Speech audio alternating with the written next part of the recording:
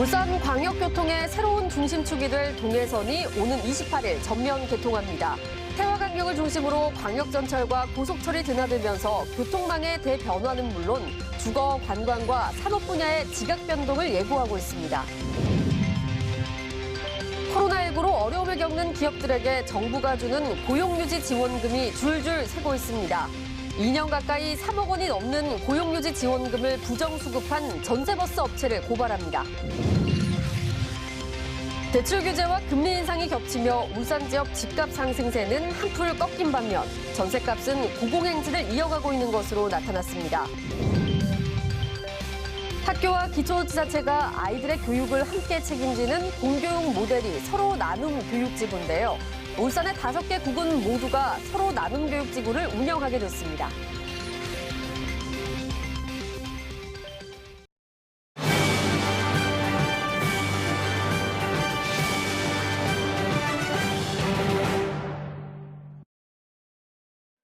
울산광역교통의 새로운 중심축이 될 동해선이 오는 28일 전면 개통합니다. 태화강역을 중심으로 부산 방면으론 지하철과 다름없는 광역전철이, 경주 방면으론 장차 서울을 잇는 KTX가 오갈 예정인데요. UBC는 교통과 주거, 관광과 산업에 이르기까지 울산의 지형을 뒤흔들 동해선 개통 연속 기획을 마련했습니다. 김예은 기자의 보도입니다. 부산 부전역에서 일광역을 오가는 4칸짜리 전철이 철로 위에 멈춰섭니다. 지난 2016년 말에 개통한 동해선 광역전철입니다. 경기와 인천을 잇는 경인선, 서울에서 분당을 거쳐 인천까지 연결된 수인 분당선과 같습니다. 부전역에서 동해선 광역전철을 직접 타봤습니다. 보시는 것처럼 지하철과 다를 바 없는데요. 이 전철이 태화강역까지 이어집니다. 오는 28일 개통하는 동해선을 타면 태화강역에서 일광역까지 38분, 해운대 백스코역까지는 55분, 종착역인 부전역까지는 1시간 20분이 걸립니다.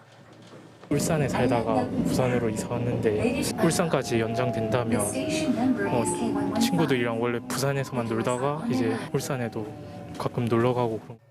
배차 간격은 출퇴근 시간 15분, 평상시에는 25분 안팎으로 운영됩니다.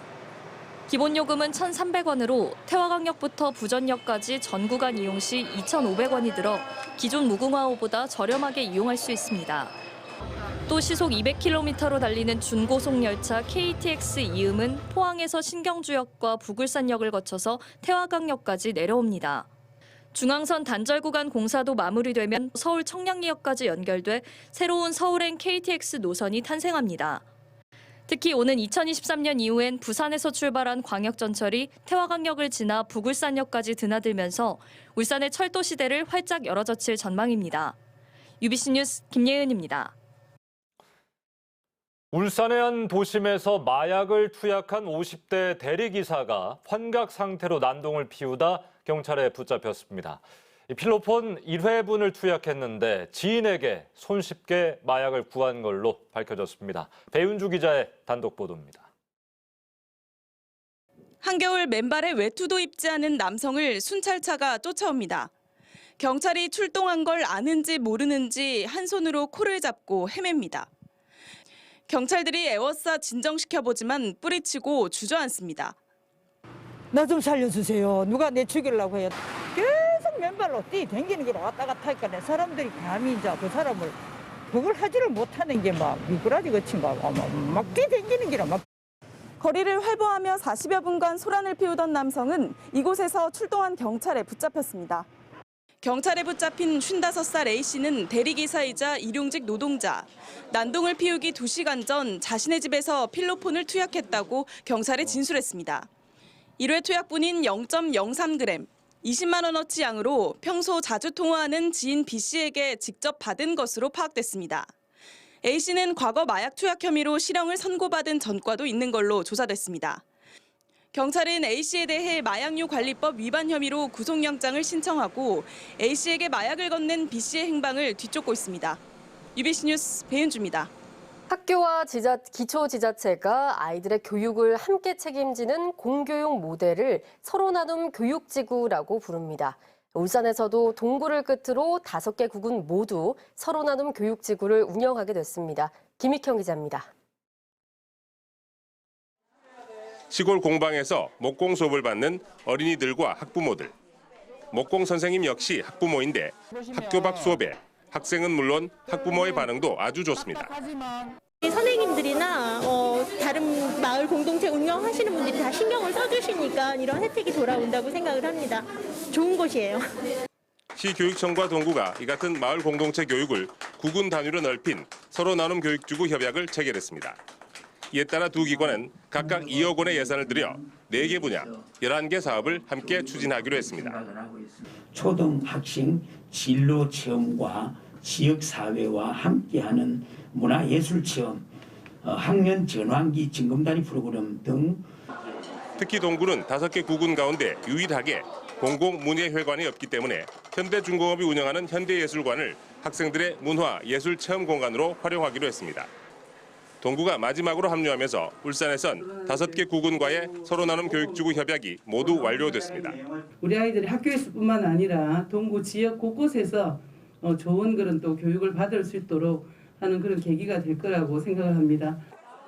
현재 전국 227개 기초자치단체 가운데 190곳이 서로 나눔 교육지구를 운영하고 있습니다. 학교와 마을이 함께 아이를 키우는 서로 나눔 교육지구가 울산에서도 공교육의 새 모델로 자리 잡고 있습니다. UBC 뉴스 김익현입니다.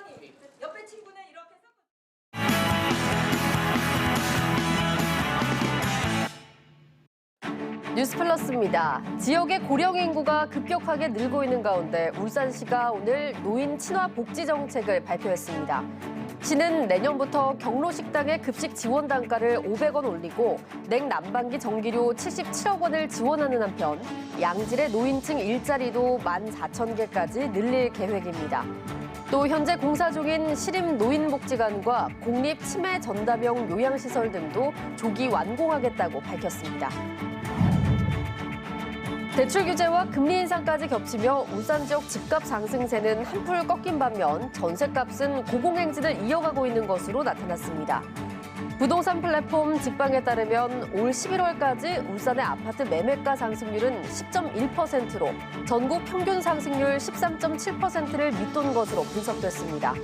하지만 울산의 아파트 전세 가격은 지난해 말보다 13.9% 올라 전국 평균 상승률 9.3%를 웃돌며 전국에서 두 번째로 높게 나타났습니다. 울산의 가구 소득은 전국 평균을 웃돌지만 가구당 평균 자산 보유액은 이에 미치지 못하는 것으로 나타났습니다. 동남지방통계청의 소득 자산 실태 분석 결과에 따르면 지난 2019년 기준 울산의 연간 가구 소득은 6,445만 원으로 전국 평균보다 520만 원 이상 많았습니다.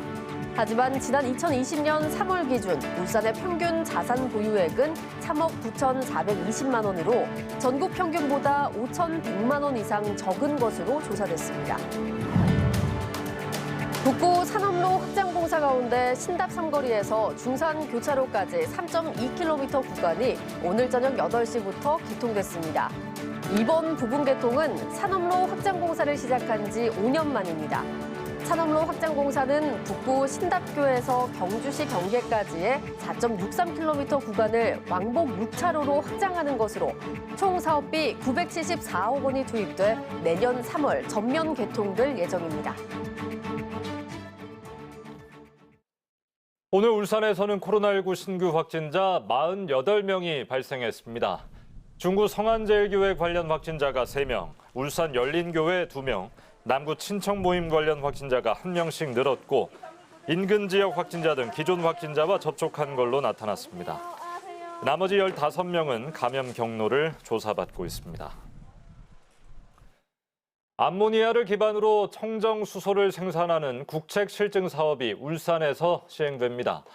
롯데케미칼과 롯데정밀화학, 삼성엔지니어링 등 9개 컨소시엄은 앞으로 48개월 동안 국비 등 260억 원을 투입해 암모니아를 기반으로 연간 800톤의 수소를 생산하는 실증 플랜트를 롯데정밀화학 울산 공장에 건설하기로 했습니다. 이번 국책과제는 암모니아에서 수소를 추출하는 기술을 개발하는 것으로 앞으로 상용화 수준인 연간 16,000톤급의 수소 생산 플레트 설계 패키지를 개발할 계획도 포함하고 있습니다. 울산 지역 기업체 9곳이 장애인 고용 의무 불이행 기관 기업으로 공표 명단에 포함됐습니다.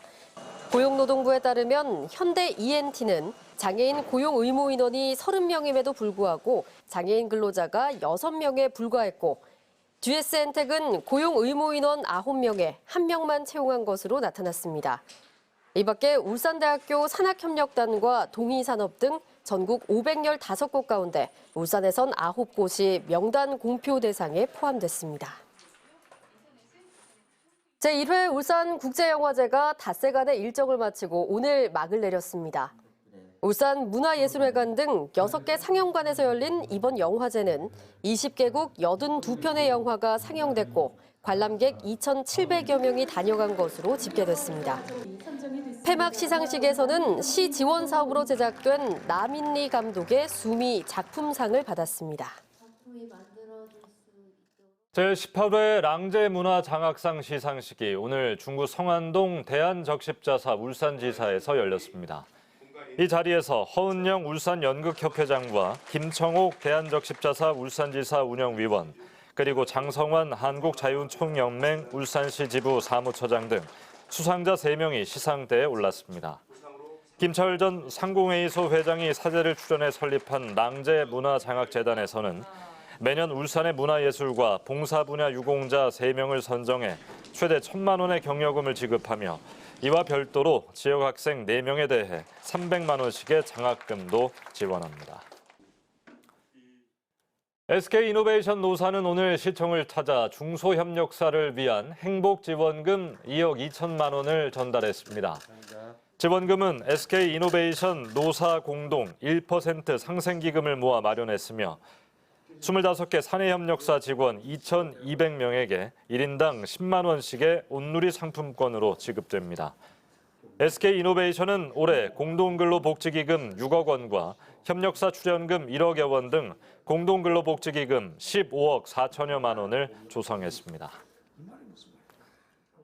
오늘 낮 1시 40분쯤 북구 효문동의 한 자동차 정비 공업사에서 불이 나 공장 한 동을 태우고 30분 만에 꺼졌습니다. 불이 나자 직원 3명이 대피해 인명피해는 없었지만 연기가 크게 퍼지면서 40건에 가까운 119 신고가 접수됐습니다. 소방당국은 작업 중에 불이 났다는 목격자 진술을 토대로 화재의 원인을 조사하고 있습니다.